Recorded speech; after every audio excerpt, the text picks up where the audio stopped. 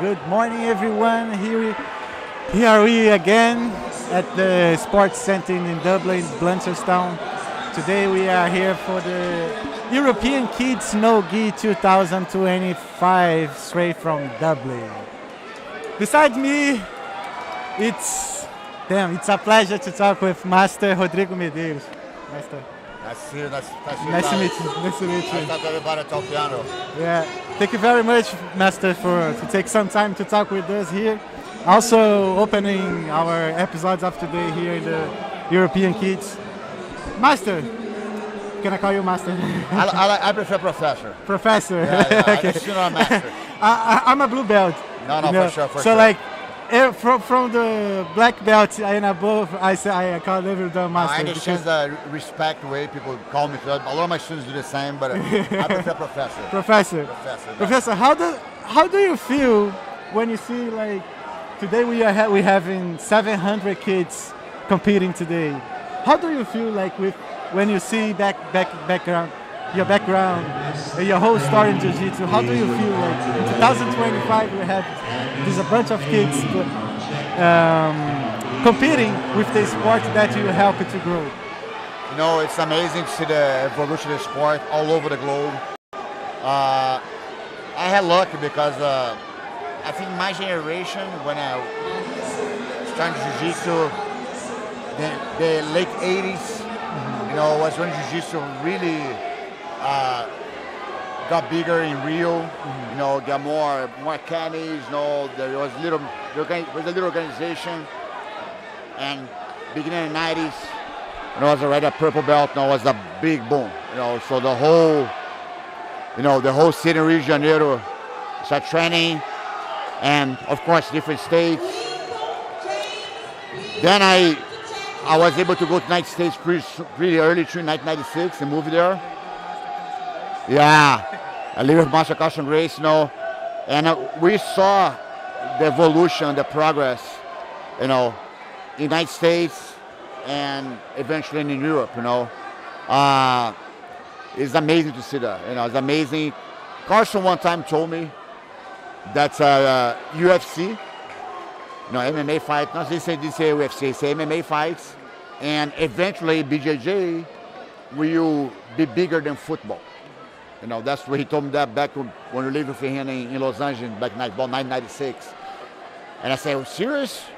And man, it's happening.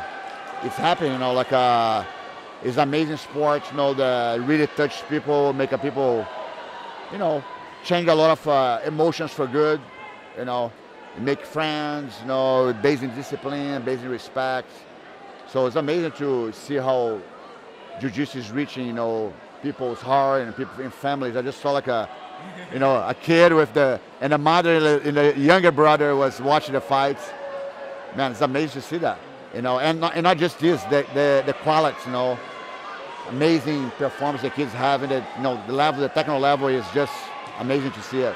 So much difference from your time, the level of the kids from now. Like, what do you think it's responsible for that evolution for the kids? Like kids with 6 years age, 7 years age, when you see like they're like doing arm locks, like, or an adults on your when your time, like. Guys, I tell you this, man. I think the whole evolution of the sport, like I just explained. I came to Dublin. I came to Dublin in 2002. The higher belt here was John Kavanagh. He was a purple belt, okay, under SBG, you know, and he had a little school right here somewhere. And Andy Ryan, that's my student, you know, is yesterday we celebrate 20 years of his academy here, and a bunch of kids today is from his academy, you know, represent Revolution team here in Europe. You know, I met him, he was a blue belt. So that was 2002. And today, man, we have several academies. I think the evolution of the technology, you know, and people more ready, families understand how important is the sport for, you know, the development of the child and adult also, you know, how many benefits Jiu-Jitsu bring. So there are all these aspects help it for what we're seeing here today, you know, like everybody involved in the sport, the camps are more organized, the camps are more clean, Ibjjf, man, the first Pan American that we had in Los Angeles, not the first one, I'm sorry, the second one, 1996. Before the tournament started, we Atlas was pulling mats out of the truck to make the mat area. Then someone like, who's going to be referee? Oh, going to be me, And the 80s was even worse. But when Ibjjf started, man, it was so small. And today, man, you guys have amazing logistic, amazing organization, man. The tournaments are so well organized. It's the only tournament that I go, and I'm still competing. I'm still fighting, still competing, So, Rodrigo, you're going to fight at 2:53 on a Friday. At 2:53, you're on the mat, bro, fighting, you know what I mean? I come for time before, 5 hours sitting on the branch in the stands, to call your name. If they're going to fight at 12 o'clock, you fight at 6 p.m. So today's well organized, and they're all there help the sport the way it is, and see more people involved. Families, they see the kid a potential to be a professional athlete one day. Can be a jiu-jitsu black belt, can be an MMA fighter, can be a professor, whatever, But they can reach a career doing this, On my time, it was almost impossible to think something like this.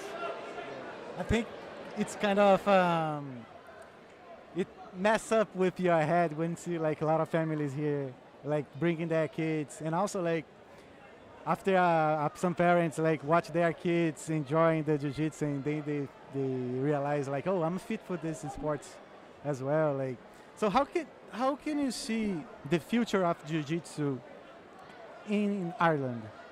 Like you saw the beginning like in 2002, so like 23 years later, you see like a lot of difference. How you see now the future of jiu-jitsu in Ireland? I think that, for sure, we're going to start seeing a lot of champions on a high level, on a black belt level, come from all the parts of the world. Because people training here as much they train, everywhere in the world. They have amazing professors and coaches here, same as so of course, sometimes the economic part of the country helps a lot, the support. So you are right now in a government venue. I was driving through this venue, man. It's incredible to see it. We don't have that in the United States. Maybe if you go to a university like UCLA or HSD, you see that, a water complex for tracking, soccer. They have a rugby, incredible to watch. And by the government, anyone can come and join us. That's amazing. So this is going to have results for sure. It's going to happen. It's happening actually.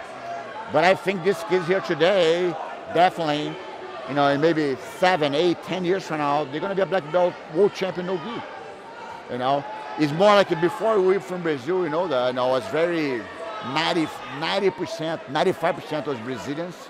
Still, But right now, for example, no gis, you see a lot of black belts from different countries being champs. You see champs from everywhere, And that's it, man. It's determination, hard work, talents always help, but they put a hard work, man, and the result will come, you know what I mean? The benefits will come either way. What jiu-jitsu brings for you as a benefits is much more than a medal, much more than an armbar. It's way more spiritual, it's way more like, what, like you say you're a blue belt, man, you have a podcast, jiu-jitsu gonna help you for a podcast for sure. Exactly, it make you more confident to have your work, man, Trocar?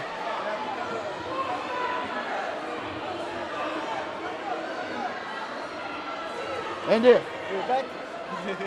No, just the camera was up. So the benefit is much bigger than just a medal or armbar or technique. No, it's much more. It's beyond that. I'm my age right now, man. How old are you? 55. Yeah. So it is man. My age right now is like I see so many things, and I still use jiu-jitsu every day of my life, all my choice, You change, of course, but you always have jiu-jitsu as a part of your personality. Yeah. What's the secret to keep doing jiu-jitsu in high level up to 55 age? No, you have to, of course, when you get older, you have to change march, you know. Respect your limitations, respect your body, you know, man, I don't know if there's something stupid and get hurt, you know. So today I'm very peak, you know, I choose the train I want to do, you know, like I really take care of my body for jiu-jitsu and surfing. Yeah. So I prepare my body for that, you know, like, you know, every day, if I'm in the gym, I say, okay, I'm doing the gym right now because I want to perform good, you know, training tonight or surfing tomorrow, you know, that's the way I do it. I swim a lot, you know. Do you think that Ireland will be in the near future like the hot spot of jiu-jitsu in the real? Or It could be for sure because Irish have the fighter's heart. Yeah. You know, they're very proud of their history, and it's beautiful to see that. They're amazing athletes in a lot of different sports. Amazing in judo. Andy was a judo Olympic, you know, like a Irish representative. They're amazing boxing. They're amazing MMA. You know, they love to fight in this country, man. You know, like they look a lot like Brazilians actually. No, I've been going to They're the Brazilians from Europe. They're the Brazilians from Europe for sure. No, they like us, man. They like to laugh. You know, good people, Yeah. and they have their fighters' heart. So, you know, definitely can be. You know, I hope so. I love this country. Okay. So, Master, I'm not going to take a little longer. Thank you very much. How long are you going to be here in Dublin? I'm leaving tomorrow to England. Yeah, I go to Cambridge and London. But man, I've been here many times. You know, yeah, like I hope say. to see you again and have an episode in our podcast. For sure. Like Thank you. Congratulations. A real man. one with continue your whole story. For sure. Okay? So, Yes. thank you very much. All right, brother. Nice to meet you. So now we're going to have Andy. The superstar Andy. All right. Hello, Andy. How are you? I'm going to take a sip of this water, yeah? Okay. Good. So present yourself for those who doesn't know you.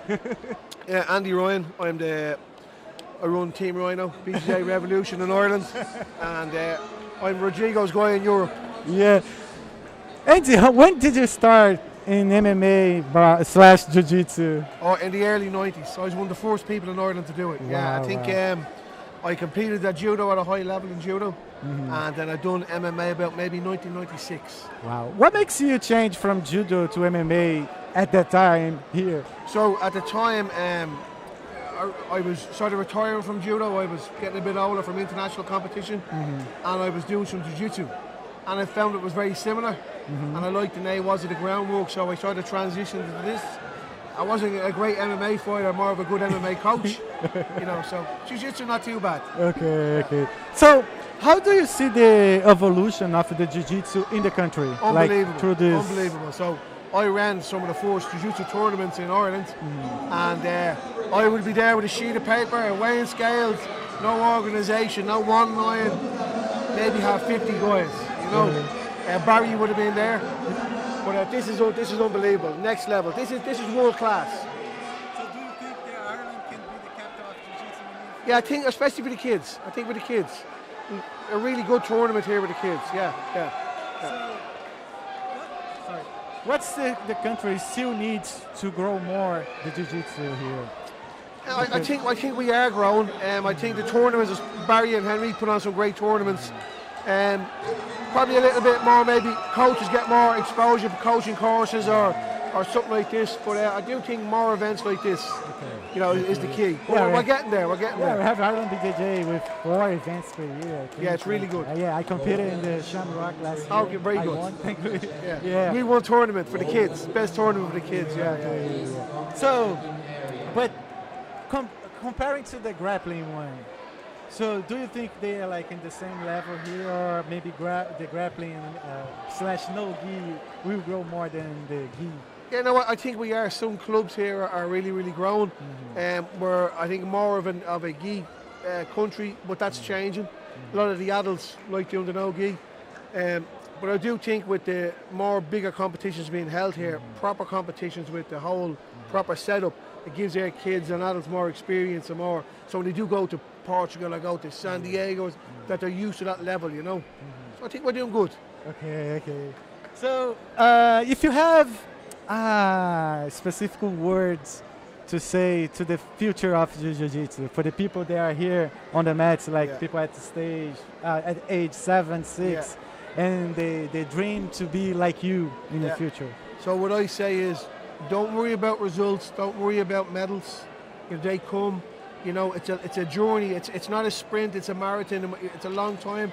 So me, for myself, I tell some of my kids, I started judo at 6, and I think by 12 years of age, I only won one trophy. Wow. And then after 12, I won the senior championship, teenager, youth, 10 times senior champion. You know, so don't get put off. Enjoy it. Don't worry about the results. Go to your gym, train, have a good time. Enjoy it. That's the main thing. Competition medals come, you know, but they're not the most important part. You know, it's your development as a person, and I think with training and mixing in the community is good. Yay! Up, up.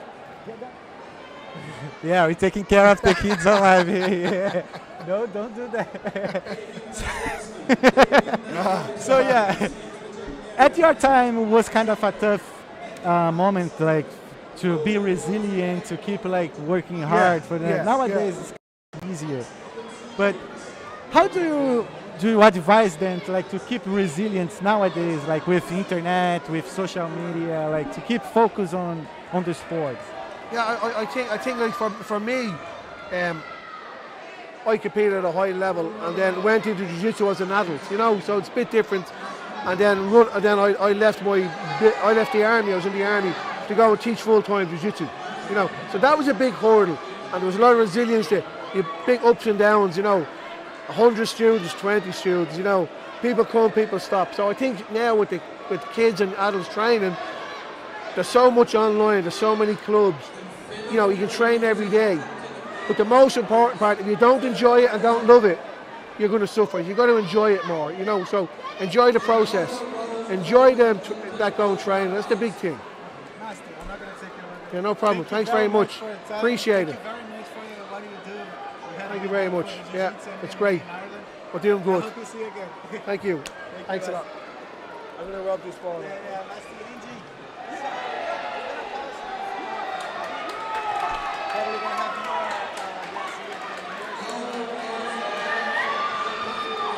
Sorry, yeah. So we had now Andy Murzatsky. Wow, we just talked with two legends of Jiu-Jitsu and MMA around the world. Yeah, we're gonna have a break now. Probably gonna find more guests to come. They like the coaching for their students. Yeah, Enrique is there. I think he's coming, but let me see. But yeah, guys, don't forget to subscribe to our channel, to follow us on Instagram, Talkeando Podcast in Ireland, BJJ. So here at the European Kids No-Gi 2025 in Dublin, Ireland. Woo. Yeah, I can say I'm so excited. And the second day here with those kids like fighting their heart out. Wow. So yeah, guys, if you have any messages, questions to say, let's interact. And yeah, I hope you guys enjoy. Wow. Yeah, we're gonna take a break. We'll stay there. We'll be back in a couple minutes. Yeah, see you in a bit.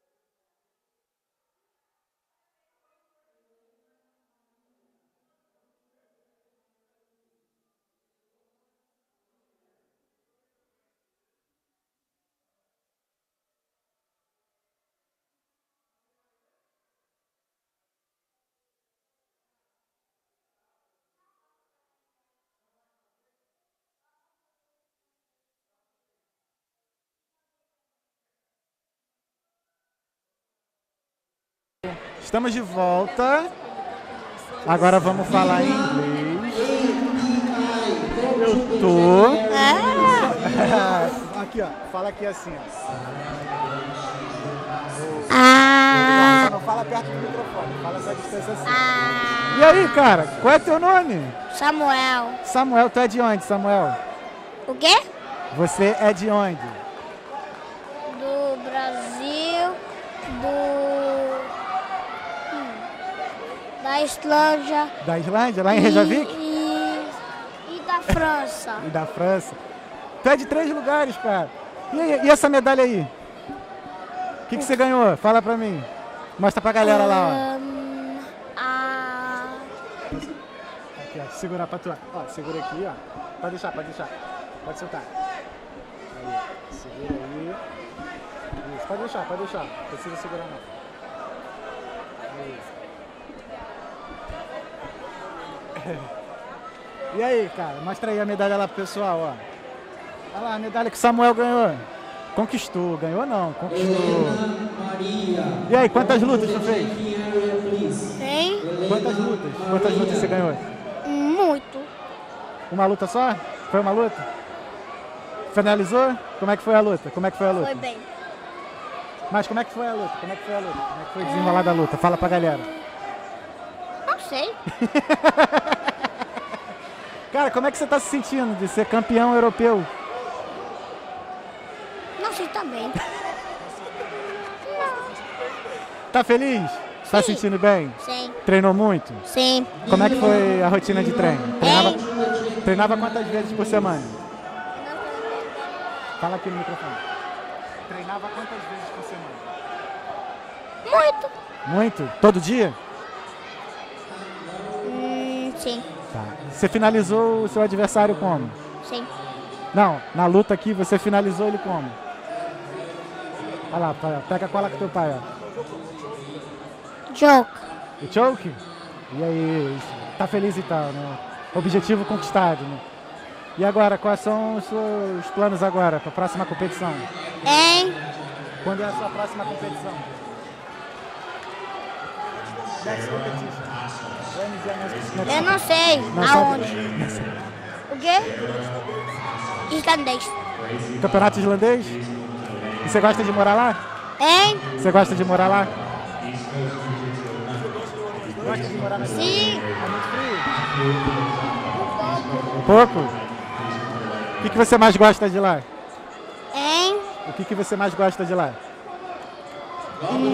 Brincar na escola. Brincar na escola. O que mais? Na escola você brinca de jiu-jitsu também? Ou brinca com outras coisas? Não pode. Não pode? Só na academia, né? Só na academia. Então valeu, cara. Obrigado, hein? Gostou de participar do podcast? Hein? Gostou de participar do podcast? Sim. Então, ó, olha pra aquela câmera lá, manda um alô pros seus fãs. Manda lá, manda um tchau. Fala assim, os. Tchau. Fala assim, ó, os. Aê. Valeu, Samuel. Vamos, paizão. Bora? Quer ficar comigo? Fica aqui, fica aqui. E aí? E aí, meu rei? Vamos jogar duro. Eu tô aqui com o George Leite. Jorge Leite. Senta aqui, senta aqui. Agora tu pode ficar calado, né? Acabei de conhecer o Jorge. Chega só um pouquinho mais perto aqui já. Na frente aí. Isso aí. Acabei de conhecer o Jorge. Jorge é da Bahia. Isso. E mora na Islândia. Mano, que rolê aleatório. Bem longe do Brasil, né? Mas é pertinho daqui. Que rolê aleatório. Eu fui pra Islândia em 2018 pra ver a Aurora Boreal. Viu a Aurora Boreal? Por 4 dias seguidos. Ah, então você deu sorte. Vi até enjoar, cara. É mesmo? Você viu as cores diferentes, só o verde deu... Parecia uma rosinha e tal. saia cigana, assim. Eu falo que é assustadoramente lindo. É, não, é coisa de... Tá, agora tá na temporada. Começou um mês atrás, o último mês, e agora tá indo até fevereiro, março. Jorge, o jiu-jitsu se levou pra Islândia? Como é que Não, foi essa não, história? não. Eu gostaria muito de ter sido, mas não. Quer dizer, o jiu-jitsu, quem me introduziu o jiu-jitsu foi o Sami. Eu comecei no jiu-jitsu tem um ano, eu particularmente, ele tem 2 anos, eu tenho 1 ano.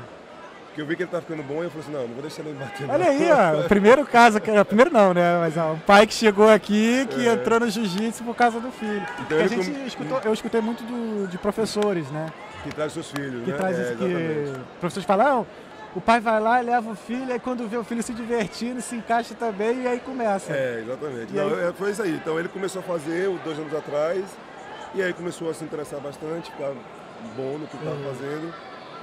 E aí eu me empolguei também, comecei a treinar com ele, e aí a gente treina juntos, no mesmo horário, a gente faz tudo junto. Entendi. E o que você viu que melhorou nele antes dele entrar no jiu-jitsu para depois? Isso é muito importante, boa pergunta, porque na realidade eu coloquei ele no jiu-jitsu por causa disso.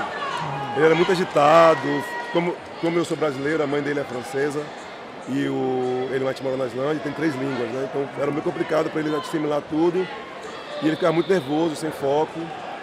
E aí um psicólogo, amigo nosso, falou assim, coloca ele numa arte marcial. E ele escolheu o jiu-jitsu assim de Brasil, porque tinha o nome Brasília Jiu-Jitsu. E aí quando a gente começou a colocar ele lá, no primeiro mês ele começou a ficar sentado. A primeira nota da gente foi ficou sentado e esperando o professor dar as orientações, que ele não conseguia fazer, dá para perceber, né? e aí depois de 3 meses, ele ficava certinho na aula. E aí eu lembro que a primeira vez que ele ficou 5 minutos sentado esperando para a vez dele, eu chorei de emoção. E a mãe dele também, porque estava funcionando. Só que aí ele desenvolveu bem, e aí a gente começou a incentivar ele a fazer, e aí até hoje ele está nisso. Tem 2 anos, né? Espero que ele faça mais tempo. E aí, mas agora, depois disso tudo, com essa sensação de ver seu filho campeão de jiu-jitsu. Rapaz, 6, vamos de 7. Rapaz, é interessante, né? Porque, por isso que eu trouxe os treinadores dele, porque eu não consigo estar do lado dele, então eu fico muito nervoso. Mas a ação é a melhor do mundo, velho. É como se eu tivesse ganhado eu mesmo, sabe? É impressionante. Já chorei, ontem já tive diarreia, já dei dor de cabeça, já me estressei, não dormi. Estava falando com a Miriam antes, falando que eu estou muito nervoso, estava aí andando de um lado pro outro. Mas é uma sensação maravilhosa, velho. Eu espero que ele continue, a gente vai fazer o máximo possível para ele continuar, incentivando ele o máximo possível. A gente é a 3ª competição do Ibjjf que a gente faz com ele. Espero que no próximo ano, agora depois disso, ele vai começar a fazer mais vezes. E tu vai competir também? Rapaz, eu vou. Os meus treinadores estão ali, enchendo meu saco. Tá fortinho, tá bom. Tá bom. Eu achei que tu era treinador. Não, todo mundo acha. Todo mundo tá me chamando de sensei. Sensei, Flávio. Deixa lá. Tem cara de... Deixa aí. Mas, então agora quais são os próximos planos? Mamma mia! Então, Samuel agora vai fazer mais 2 competições esse ano, que é na Islândia. Ele vai fazer uma competição nacional da Islândia. Ele é campeão islandês de gi no gi. 2 anos seguidos, né? Ganhou ano passado e esse ano. E aí a próxima dele vai ser no final do mês um campeonato na Islândia, local, e em dezembro o nacional de gi. E aí a gente vai preparar ele para o próximo ano, a gente vai começar a fazer mais provas com ele no próximo ano. Samuel, parabéns. Boa sorte pra você nos próximos campeonatos. Valeu. Como é seu nome? Thales, prazer, velho. Prazerzão. Qualquer coisa, sucesso aí. Se for pra Islândia, me avisa. Show, pode bom? deixar. Valeu. Estamos aí. Valeu, muito obrigado. Gente. Não, pode falar. Hã? Tá, eu te quero, fala contigo daqui a pouco. Show. Deixa de se inscrever. Não, deixa de se inscrever. Caraca, que maneiro, velho. O cara colocou o filho dele no jiu-jitsu e começou no jiu-jitsu por causa do filho. Tá vendo aí como é que o jiu-jitsu muda vida de famílias? Ô mãe, não vem? Ela. Ele tá com tempo tomando antibiótico, uma dor de cabeça. Tá bom.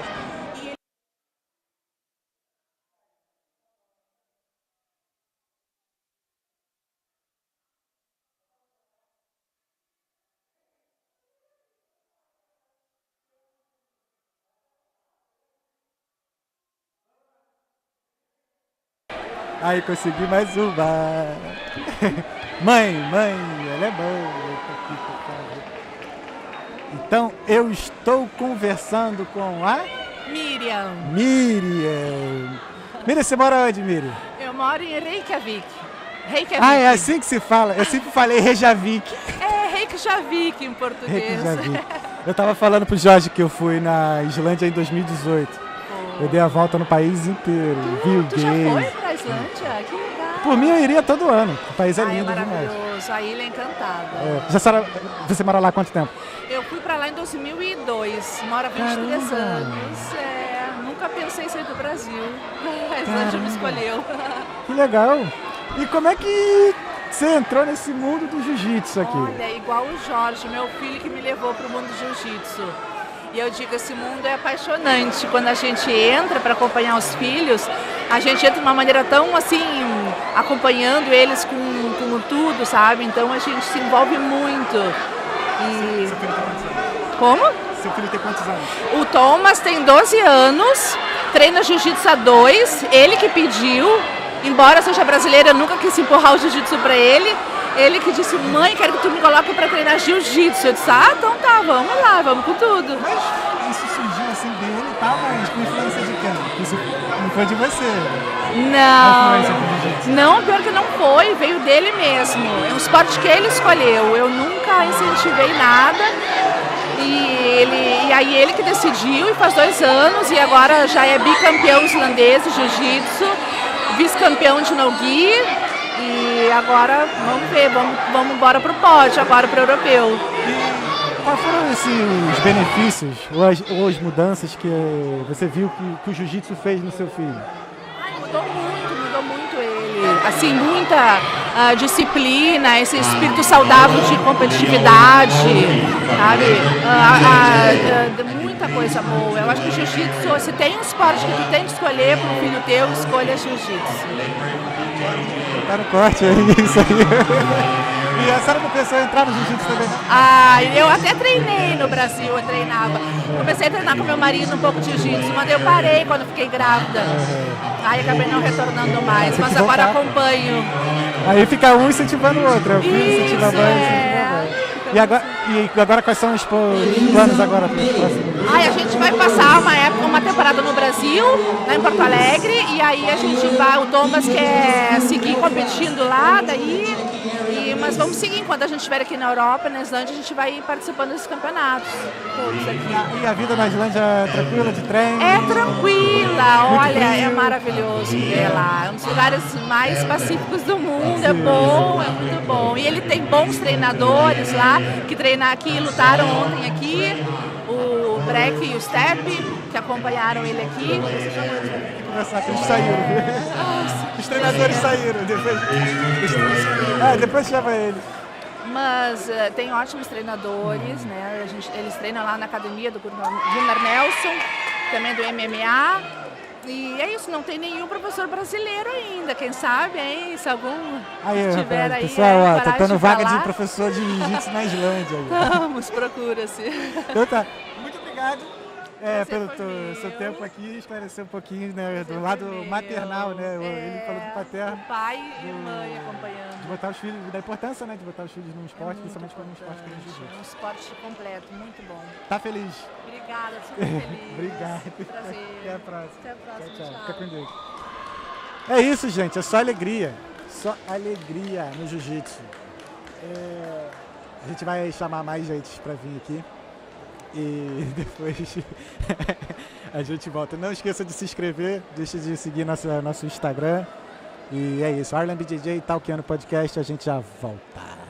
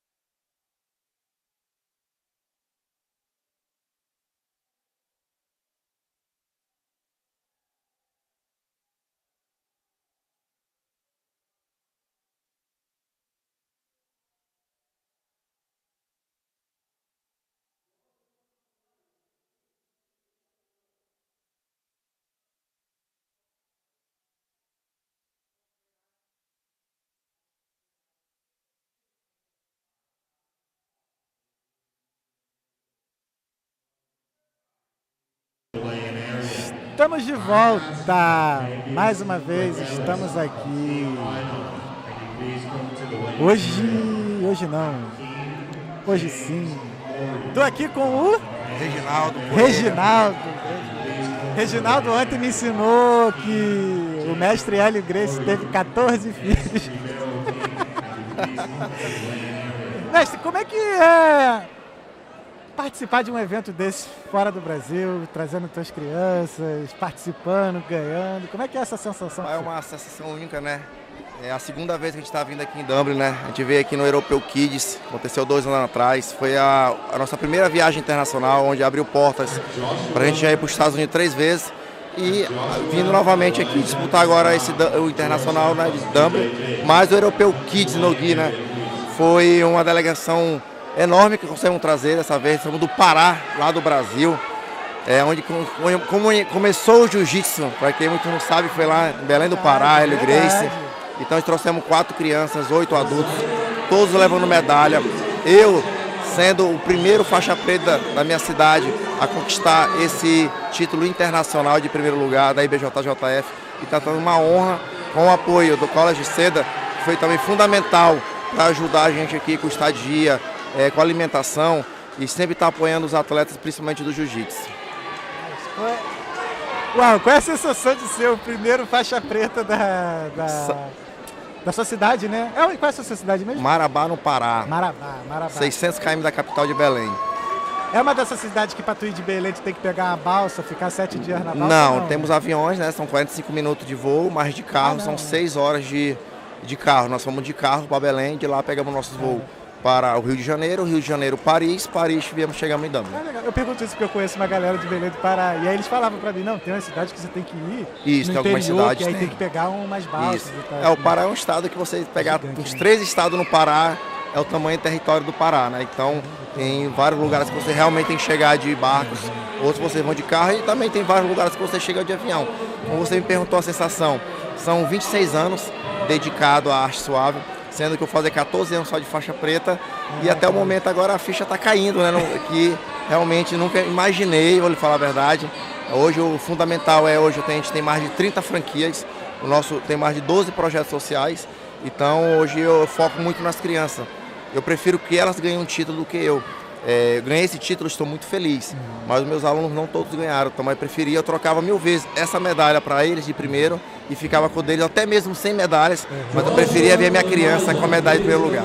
Mestre, como é ensinar e estar ali ao lado da criança, né, passando para ela toda essa maturidade que o jiu-jitsu nos ensina, sabe? Toda essa resiliência e tal, nesse dia a dia. Né? Como é que é? Né? Quantos anos você dá aula para criança já? Vou fazer 14 anos e 26 anos de jiu-jitsu. 26 anos de jiu-jitsu, 14 anos de... Então, bagagem só tem de sobra, né? Tem um pouco. Então, como é que é, sabe? Lidar com as crianças no Brasil, no estado do Pará, né? Hoje em dia, né? Aliás, nesses 14 anos, e contribuir para a vida delas, para o futuro da vida delas.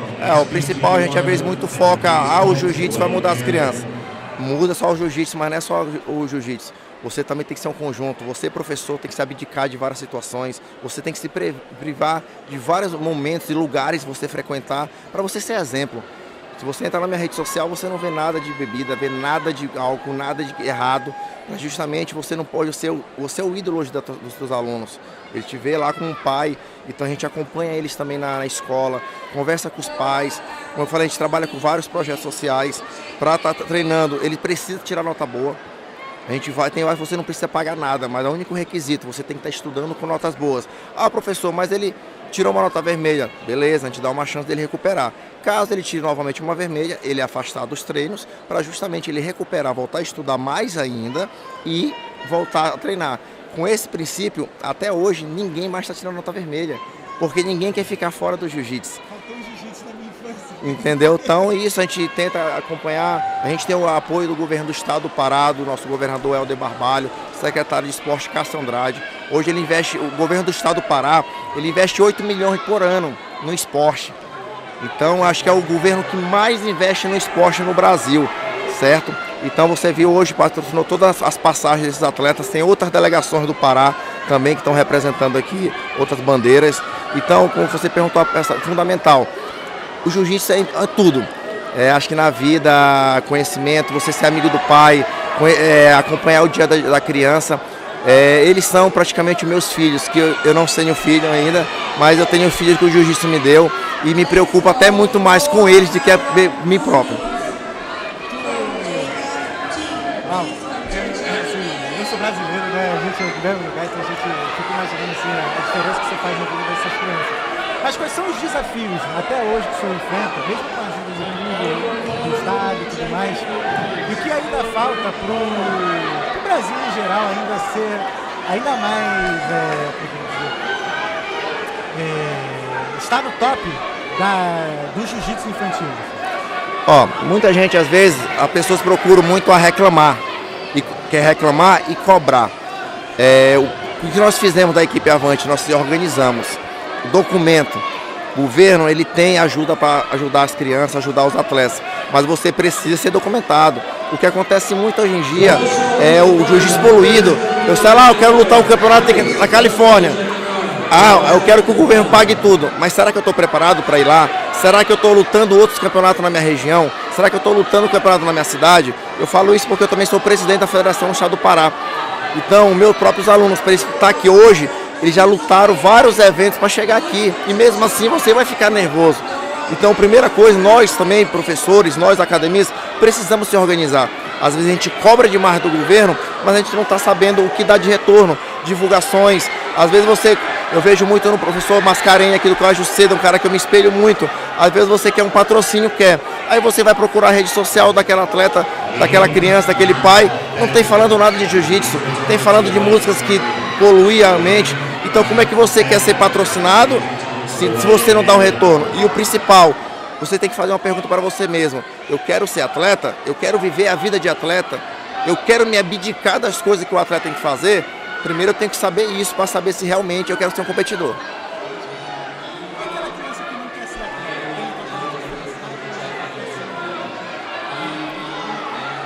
O principal, como eu falei, a gente treina por qualidade de vida. Aqueles que vão se destacando, a gente vai conversando com os pais, vendo se eles querem lutar, para conhecer o mundo afora. Mas o principal, o foco nosso é a qualidade de vida, tirar essas crianças da rua, deixar longe da droga, da prostituição, do álcool. Você ser campeão no tatame, no campeonato, é consequência. Eu prefiro que você seja campeão na vida.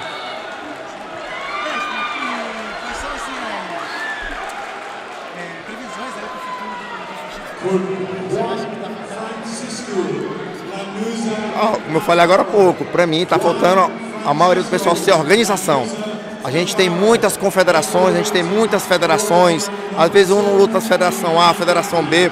Eu acho que a gente tem que procurar um pouco mais unir, acabar aquela parte antiga, o creonte, eu não visito, a academia tem que ser suja, a academia... Não, você tem que se organizar e em busca pode ver que os americanos são topo na América, nas Olimpíadas, porque eles são organizados. Se a gente começar hoje, parar de reclamar e começar a correr atrás de melhorias, com certeza vai sair vários e vários talentos, mais ainda do Brasil.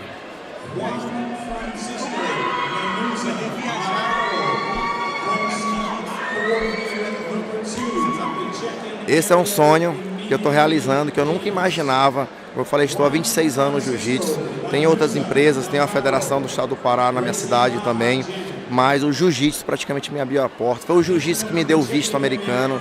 Então, como eu falei, a gente treina por qualidade de vida, mas você que quer ser atleta competidor, se tiver um pouquinho de vontade, invista.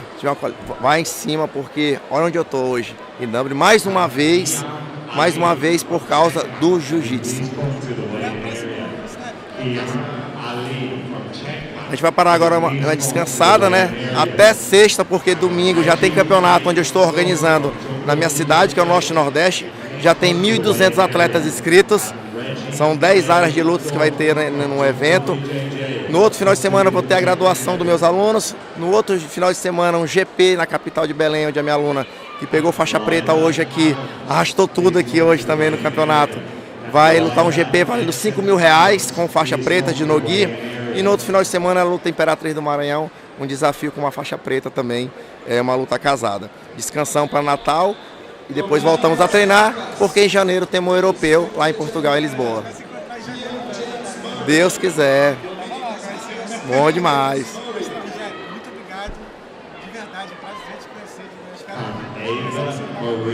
Muito bom. A gente fazer mais episódios. Eu que agradeço pelo convite. Recado aí pra eternidade, aí pra galera, pro futuro do jiu-jitsu. Você está assistindo aí em casa, na internet, em qualquer lugar, acredite no seu filho. Independente de tudo, sempre acredite no seu filho e sempre coloque ele no esporte. Qualquer esporte, coloque ele para praticar esporte. Ah, papai, eu não quero. Eu sempre falo, não tem querer. Vão para querer, pra praticar o esporte e com certeza ele vai ser um bom filho, vai ser um bom marido e um bom profissional lá na frente. Obrigado. Aproveita aí o campeonato. Obrigado, eu vou almoçar. Ah, é. Agora sim também falar. Onde é que eu vejo? Tá no YouTube já. Ah, já. É isso, time. Mais um mestre aqui, mestre Rogério, lá de Marabá, no Pará. Gente, eu acho que já estamos quase chegando nos nossos finalmente. Eu vou ver aqui como é que estão as coisas.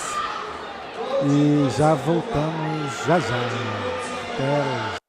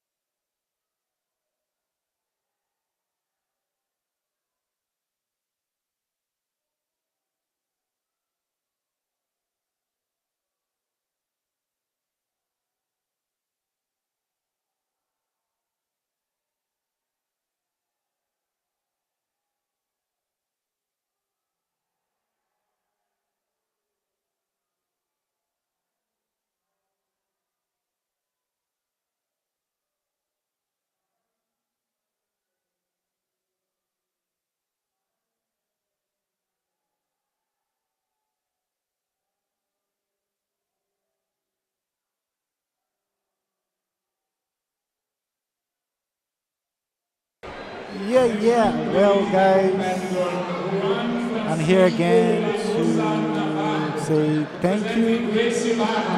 I'd like to thank you one more time to Arlen BJJ to allow me to give me this space to talk about this event and with many other coaches, parents, competitors, and else. I'm so happy to be here. It's my first time. I hope I have more. Let me see. Okay. É isso. Alright, guys. Thank you one more time for being with me here. And I hope to see you again more and more times here, okay? Yeah, this was Talkeando podcast in the European No-Gi Kids. And I'll see you soon. É isso. Obrigado, pessoal. Muito obrigado por terem acompanhado até aqui. Esse foi o European Kids 2025 aqui em Dublin. E nos encontramos no próximo evento. É isso.